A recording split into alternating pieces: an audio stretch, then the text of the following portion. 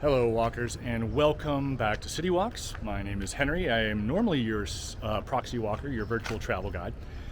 Today, however, I have a little bit of a hiccup in that I had a walk that I had filmed from Cody, Wyoming, a second one where I was walking from the Irma Hotel. I'm going to walk around the Wild Bill Center for the West, but I had a really negative experience outside of there with a confrontation with someone, and it was pretty scary. I don't want to over dramatize that or anything, but it happened. Once the museum security got involved, everything was fine. Very professional, very well handled.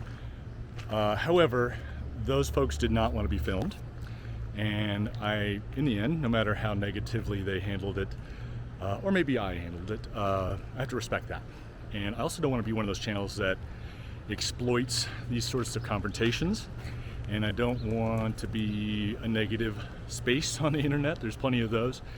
So I decided not to air that after a lot of thought. Unfortunately, that means I don't have a walk for today, but I will have one on Thursday. I'm not sure where yet, but I'll have one.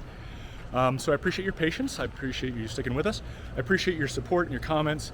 And hopefully I will see you again Thursday. And until then, keep on stepping.